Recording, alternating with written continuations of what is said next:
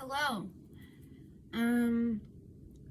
My phone is low on battery, but the sun is going down, and I wanted to have some nice lighting for this video, which quite honestly is going to be a bit of a ramble.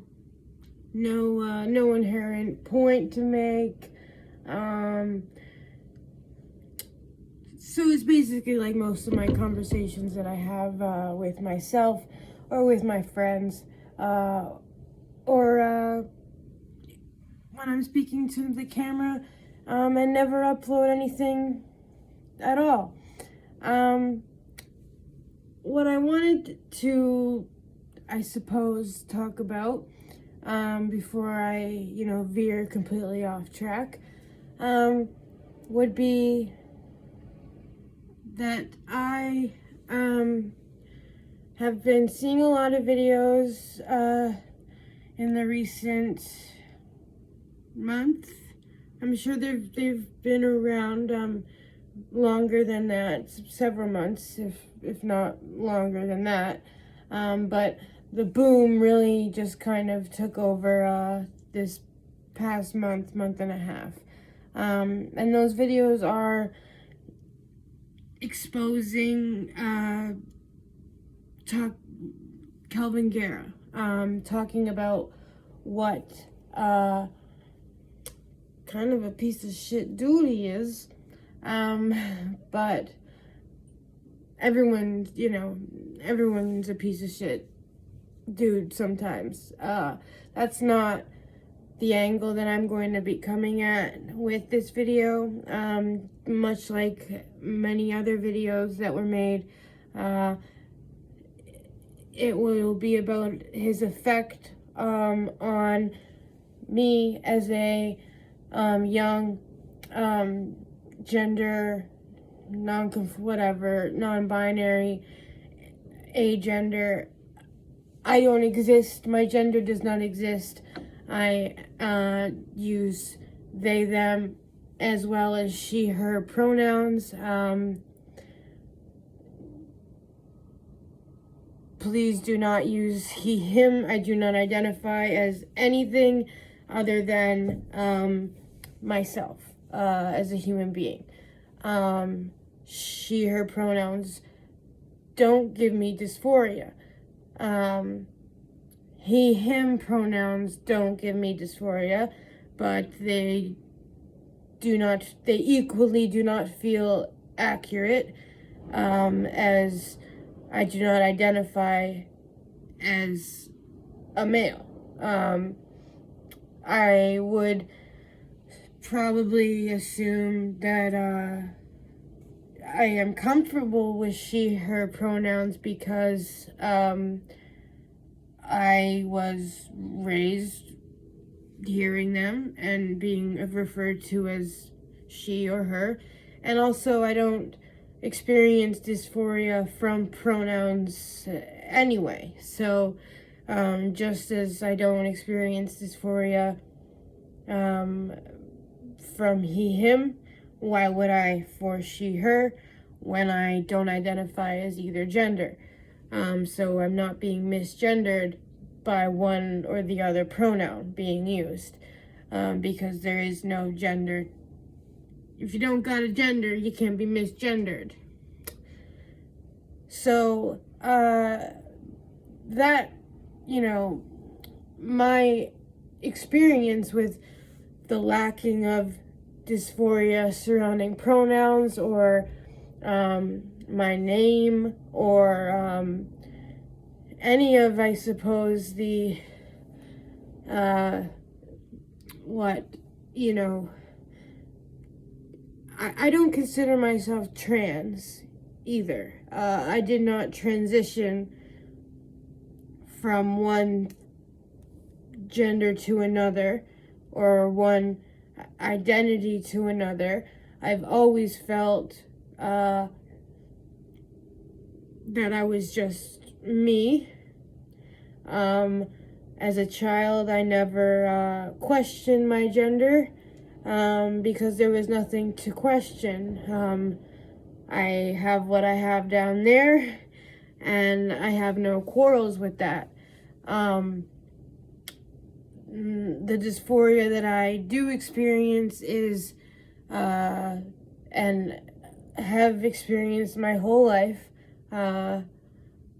even prior to puberty, was chest dysphoria.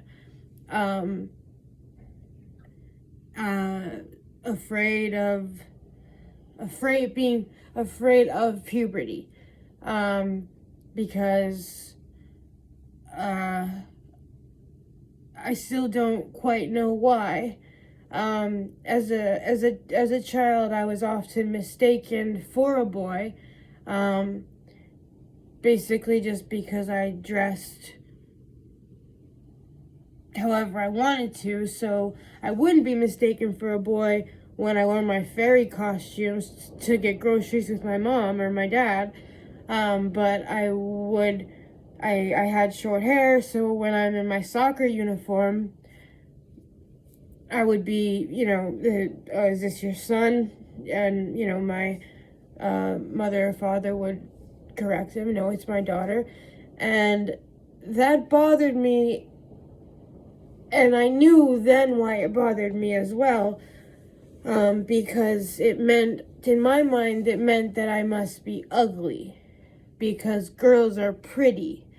If it's not blatantly obvious to the waitress at the restaurant who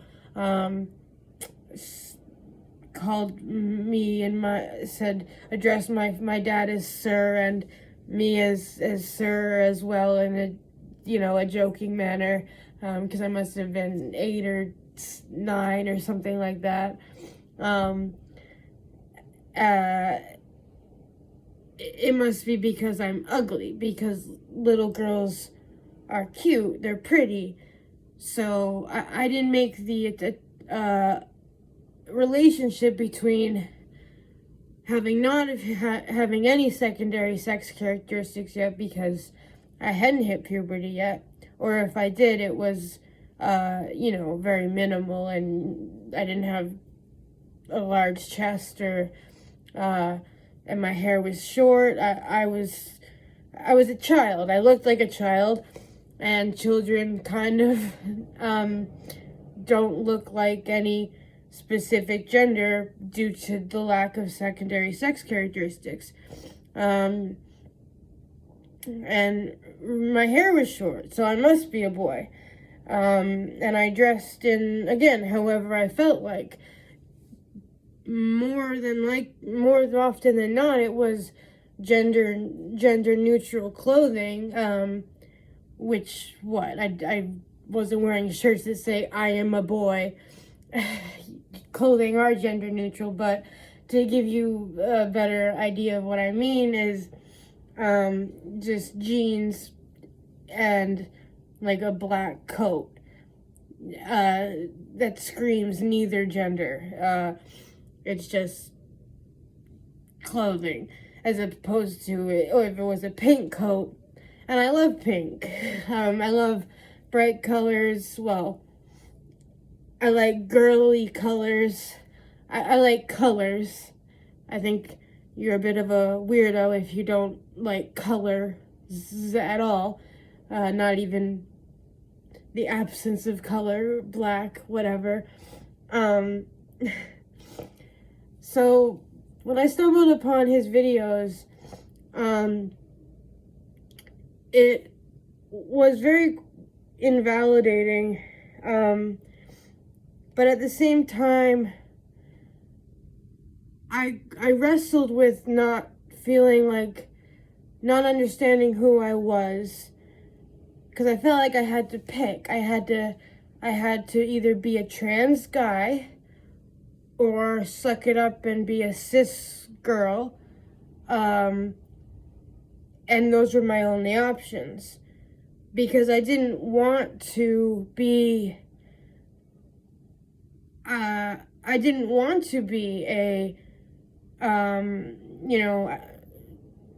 didn't want to be gender fluid, but I also wasn't, because the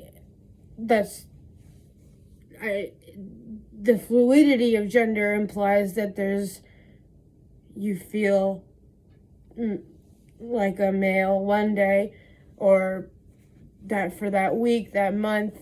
I'm definitely not an expert or even close to the experiences of, well, I can't be an expert on anyone's experience, but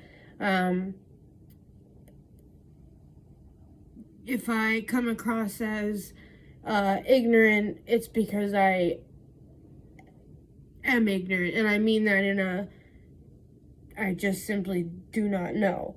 I hope that I don't offend anyone by my lack of knowledge on an area of a certain sect of the LGBTQA community that does not fit with me. Agender seems to be where I feel the most comfortable identifying with. It's really just the word that none of them felt exactly right. I didn't even want a title. That's how little I wanted a gender, excuse me, at all. Or to be defined by my gender, or lack thereof. So Kalvin's videos did kind of help in a sense of almost confirming that I don't have to be trans. Like, I don't have to be a trans man or identify as a trans man. But that very quickly was replaced with, oh, but you can't, if you're not that, then you're just a cis bitch. And that was hard for me, because I didn't start watching his videos extremely young. I wasn't that, everyone's impressionable, especially when they're struggling to find themselves or find something that resonates with them. But his videos in particular, who is just who I happen to come across, yeah, sure, it kind of gave me that, oh, okay, I don't have to be a trans man to not be cis. But his next sentence would be, you're just a trans trender, or because initially he did express not a real distaste for gender nonconform or gender neutral, non-binary people. There wasn't much hate that I saw at that time and play in space where I was watching him. So I continued to watch him, but when it came, probably what did it for me, where I really started to have a lot of self-hatred, not directly, because of his videos, but it triggered something inside me that was there all along, is I'm not enough of anything. I'm not even non-binary enough, because I enjoy dressing in female clothes. I enjoy being cute and girly, and I also enjoy wearing what I fucking want to wear, whether that's a little schoolgirl outfit, or baggy jeans and a little shirt, some e-girl fashion for you.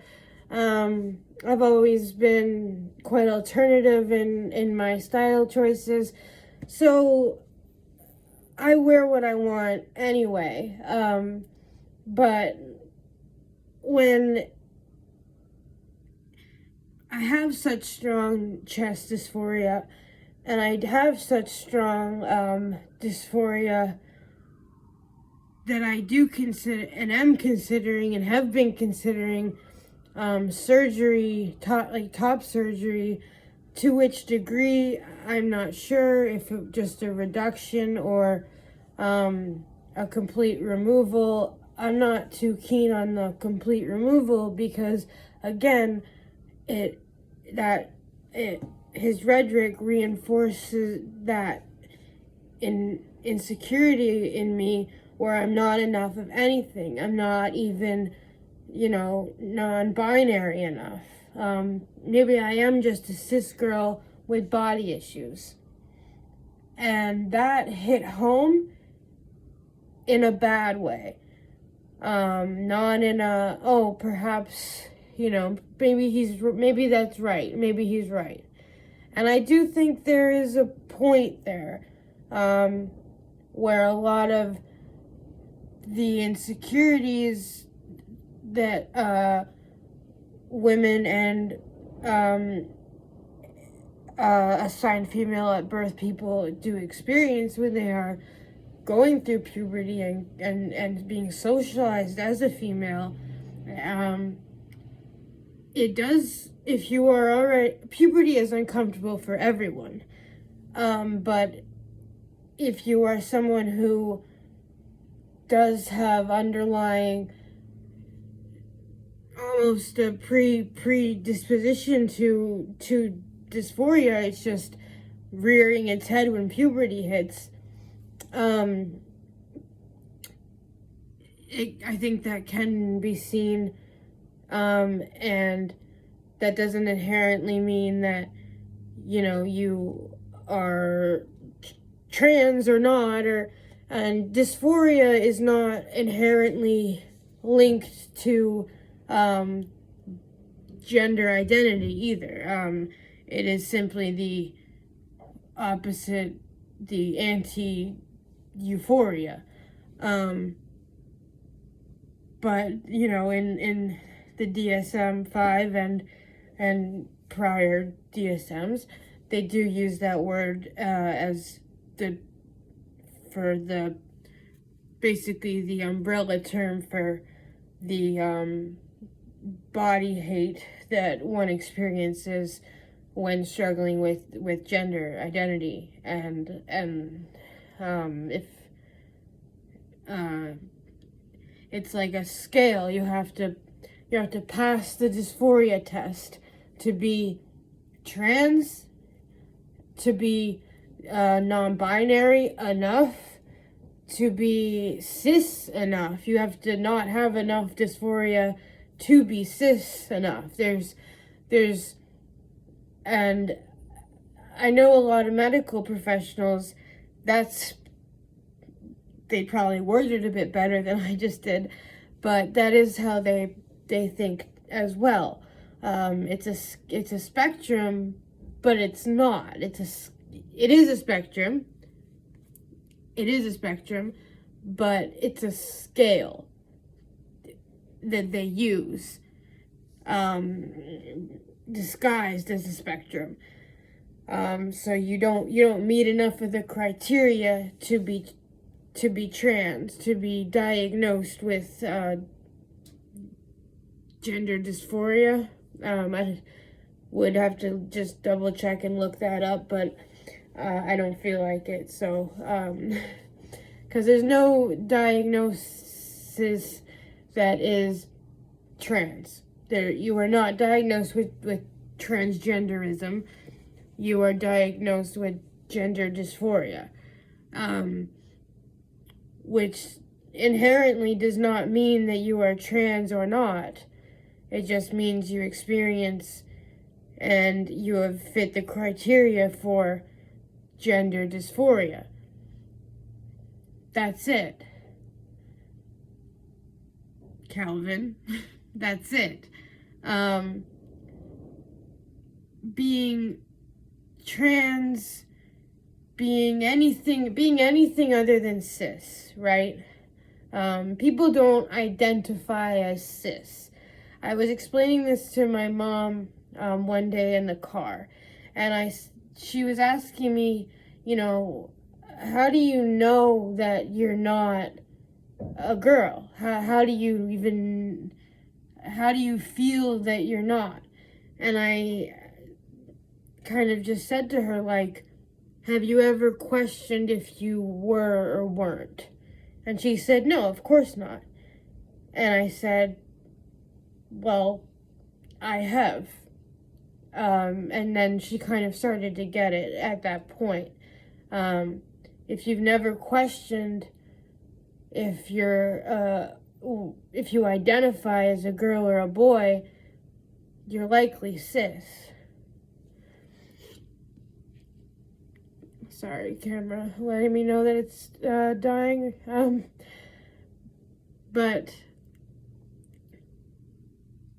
it was hard for me to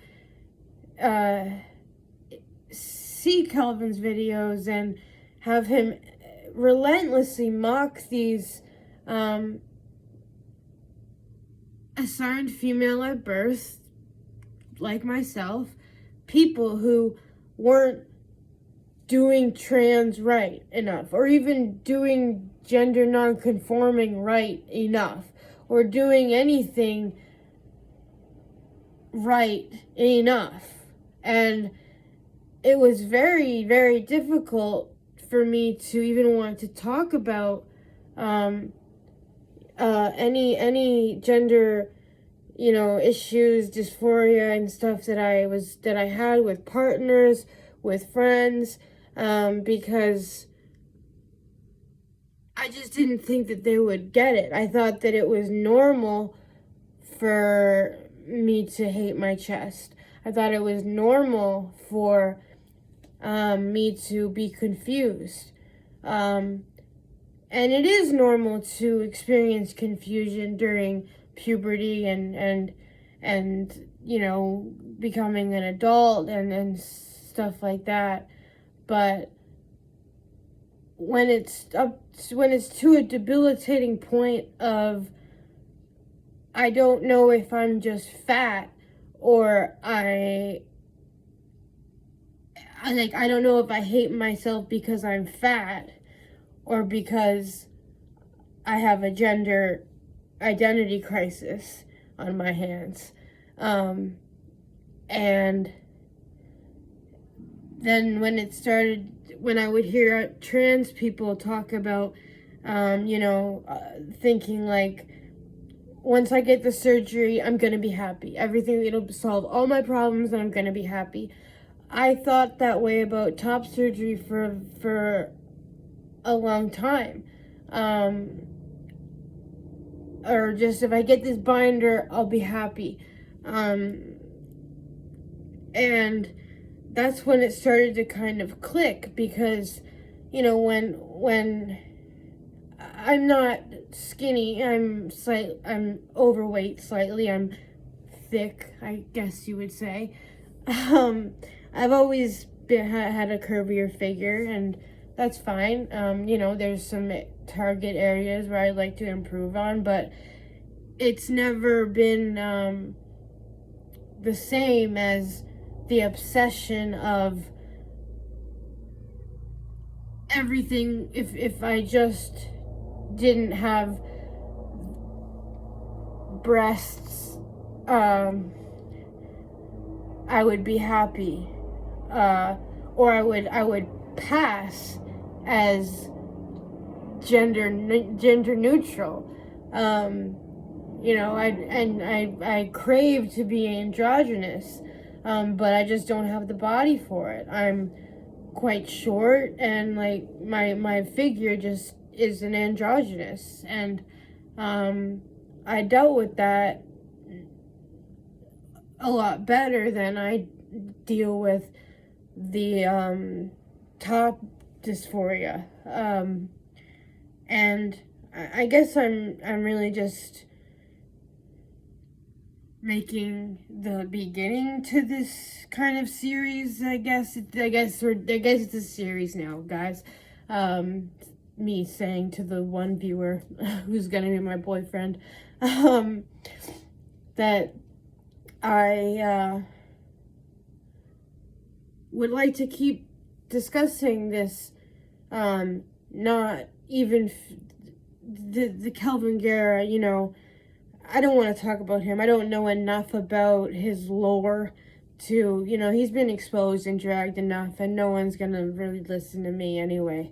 Not that I need them to. But I would find it quite therapeutic for me and perhaps anyone else who stumbles upon these and has also been feeling like they aren't even non-binary enough, or they're not anything but trans enough.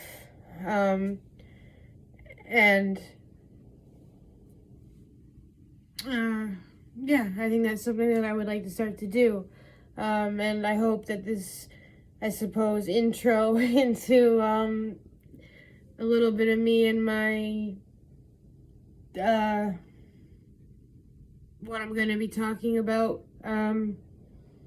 made sense and it wasn't too all over the place. All right.